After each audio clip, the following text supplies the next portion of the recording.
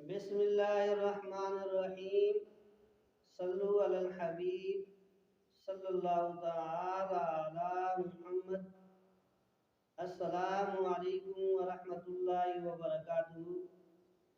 ناظرین، میں ہوں ایاز کاظمی، آپ کو اپنے چینل اسلامک انفارمیشن کے اندر ویلکم کرتا ہوں۔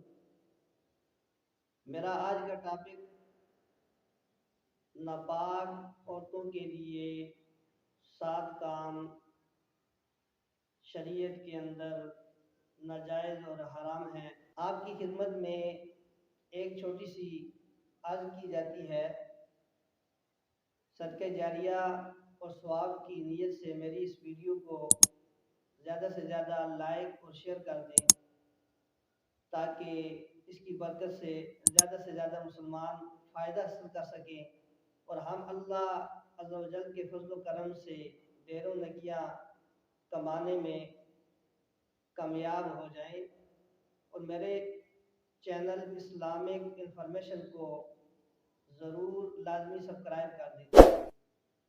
تو چلیے چلتے ہیں، اس کا مسئلے کو معلوم کرتے ہیں، جاننے کی کوشش کرتے ہیں کہ شریعت کے اندر وہ 7 سے کام کون سے ہیں جنہیں عورت کے لیے ناپاکی کی حالت میں حرام ناجائز قرار دیا ہے شریعت نے۔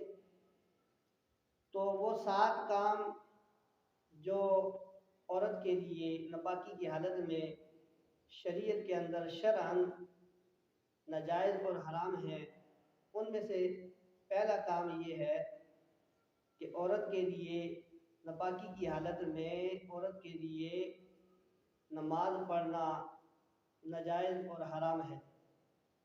کوئی سی بھی عبادت ہو، نفلی عبادت ہو، سنت عبادت ہو، واجب عبادت ہو، نفل پڑھنا، سنت پڑھنا، فرائض پڑھنا، بالکل ناپاکی کی حالت میں شریعت کے اندر ناجائز اور حرام ہے۔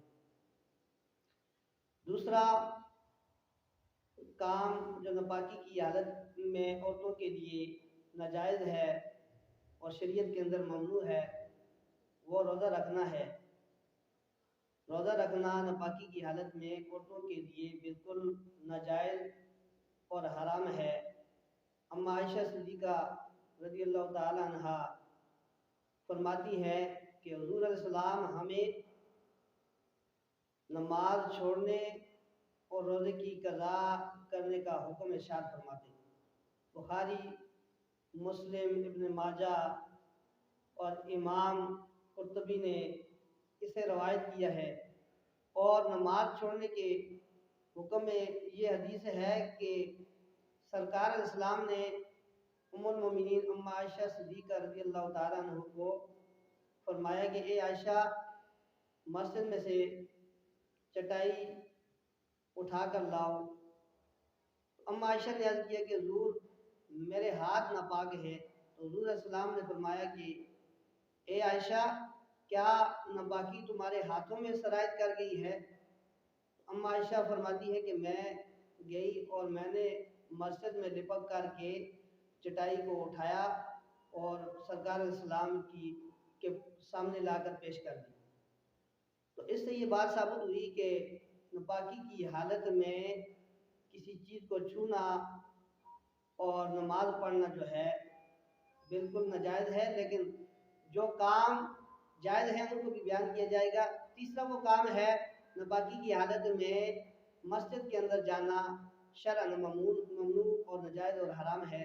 ہاں، اگر مسجد کے اندر سے کوئی راستہ گزرتا ہو تو اس پر گزرنا جائز ہے، لیکن مسجد کے اندر عورت کا جانا، بیٹھنا اور باتیں کرنا بالکل ناجائز اور حرام ہے۔ چوتھی بات، ناپاکی کی حالت میں عورت کے لیے قرآن پاک کا پڑھنا، دیکھنا ناجائز ہے اور شریعت کے اندر ممنوع ہے۔ اور اس سے یہ بات بالکل قطعاً یہ بات نہیں ہے کہ وہ عورت جو ہے اور کوئی کام نہیں کر سکتی۔ ہاں، جو قرآن پاک کی اسے دعائیں یاد ہیں یا آیتیں یاد ہیں تو بطور دعا جو ہے ان آیتوں کو پڑھ سکتی ہے۔ ان آیتوں کا پڑھنا